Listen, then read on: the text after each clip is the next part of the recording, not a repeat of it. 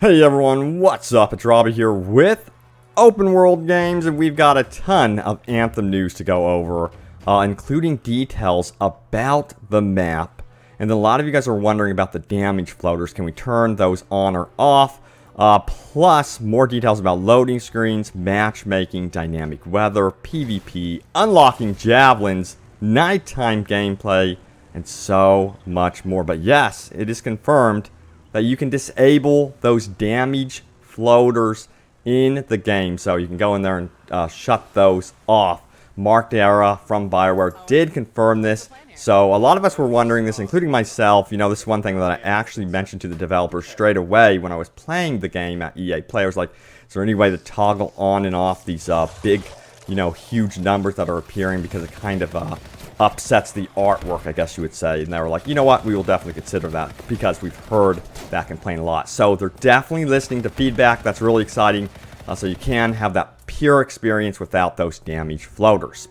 Also, about this map, no, this is not the entire map. Some of you were concerned about that. So Mark Dara did confirm this is not the whole map out on Twitter. So good news there. And also, you will be able to explore the entire map from out of the gates, from the very beginning of your experience, I guess you would say. So explore to your heart's content. I would imagine that of course there would be more difficult areas in the map that you're going to want to be careful about, plus also get help with when you head into online co-op.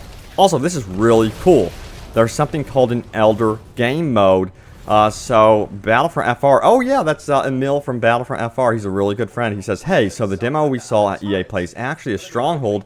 Isn't that an in-game activity, or there's some during the story that you can do? And Mark Dara says, we unlock some along the way.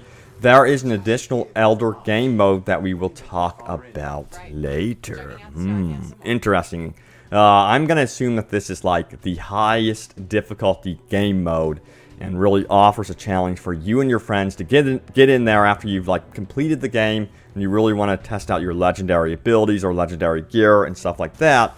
You can get in there and really experience the difficult stuff about Anthem. It's cool to know that they are really in tune to the in-game scenarios as well. Now, we did get to see from the initial demo of Anthem, you may remember that storm that came in. We haven't seen much of that lately, but some of you were wondering, are there more than just those types of storms? Is there dynamic weather? And it is confirmed that yes, there's going to be dynamic weather like rain in the forest, thunder, and fog and the like. So I'm so excited about this, especially because I'm a sucker for, seeing weather roll in, seeing the atmosphere change. And also, it has been confirmed that when the nighttime rolls in, you're going to be seeing different types of creatures, different types of animal life, and enemy variations as well, dependent on what time of day it is and if the night rolls in. And I guess nighttime kind of looks like Avatar, so I want to see more nighttime gameplay. They're really teasing a lot of cool stuff. And I also want to see, by the way, the Interceptor class, because they purposely left out the Interceptor class in the brand new demonstration. Now, right now, we're seeing a loading screen, and some of you noticed that there was a loading time going into this stronghold. So one of you guys asked about that out on Twitter. Actually, Jacob asked about that. How frequent are the load screens in the game? And Mark says not that frequent. I actually asked them also about this in a feedback session with the developers, and they said, yeah, you're going to have your open world experience where you can just roam around, and then some of the strongholds that are like underwater and caves and stuff like that, you'll have to load into. It'll be like, boom, a quick load. So I'm not concerned about that at all. Okay, let's talk more about the Ranger class. Let me know what class, I guess you would say Javelin, you will be playing. They do kind of act like classes, of course. So it was asked, how do legendary consumables work like the legendary grenade in the demo? Do they replenish with time rest? And Mark Dara says, grenades are actually a gear slot for Rangers. Interesting. So not all javelins get access to grenades. You just can't toss them out. This is going to be specific to the Ranger class, which is pretty cool. Of course, we're seeing the Colossus right now, who has the mortar system. He doesn't need grenades. He's got a mortar system that can be, you know, upgraded and also changed up. You know, he's got the mini mortars in this demonstration, and then the other Colossus in this demo has some sort of other, like, single-shot powerful mortar as well. And I'm curious to see the differences between the mortar packages. Now, what about matchmaking? You know, we've seen in this demonstration where they hop in with a group of friends. Some of you were like scratching your head, well, you know, that's cool, but what happens if I, you know, have my friends that are, you know, not available during the time? Can I just load up with randoms and find random people around the world and make new friends?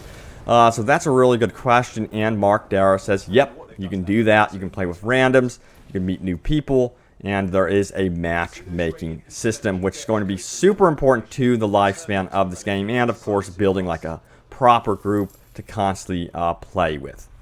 Now, some of you are also wondering about PvP. This is such a good question. Let me know, is it make or break for you if PvP is not in the game? So it's been confirmed that there will be no PvP at launch. The at launch part is super important because it sounds like to me that the team at BioWare may actually plan on adding something PvP related post-launch, which would be super exciting, but I could imagine how complicated that can get with all of these abilities and different types of javelins. You know, I would imagine that the javelins all have their own, you know, health, shield levels, and the like. So, honestly, if they do PvP, I think that the stat set would have to be very different, of course, from what they do with PvE. That's just my opinion. I know Destiny does something in that way, and it does actually work. And, you know, honestly, I don't want PvP to be too bullet spongy. I think that's super important to remember. Although, we are talking about big javelins here, so I guess you would have more health than other shooters. Let me know how you guys think they should handle PvP. Also, Cody was wondering, will Anthem feature rotating challenges like a weekly reset? And Mark says, yes, there is something like this, so expect challenges to come and go in the game, new things to be appearing, new things to be constantly having your attention week over week. This is something that, you know, I always mention this game, and a lot of people mention this game. This is one thing they do extremely well. Fortnite, constantly updating the heck out of that game. There's always something new, and I want that for Anthem. I want to hear that, oh, there's a brand new weapon out in the world, or something like that. It's been added. Go and find it. So hopefully we see a lot of this stuff in Anthem, and honestly I'm excited that we're getting like a game that's really hyper focused on the PvE experience, that cooperative play over PvP.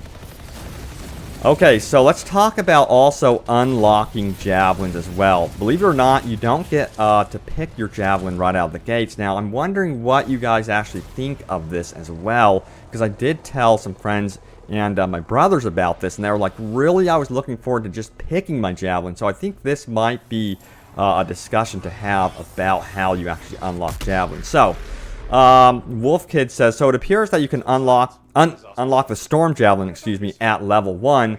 Did that person restart the game in the new gameplay video? And Mark says, that's a good point. That's actually not possible in the final game. So you're not going to be able to have access to, for example, the Storm Javelin right out of the gates. How it works is everyone is going to be getting a Ranger class Javelin and then unlocking everything else as you go through the story. I don't know how long that's going to take. I imagine you'll probably get all 4 Javelins pretty quickly and then begin down the upgrade path for either one of them at first or all of them, be a jack of all trades. It's going to be really up to you, but I think you would want to focus on one of them and then move on, you know, and keep going through all your Javelins.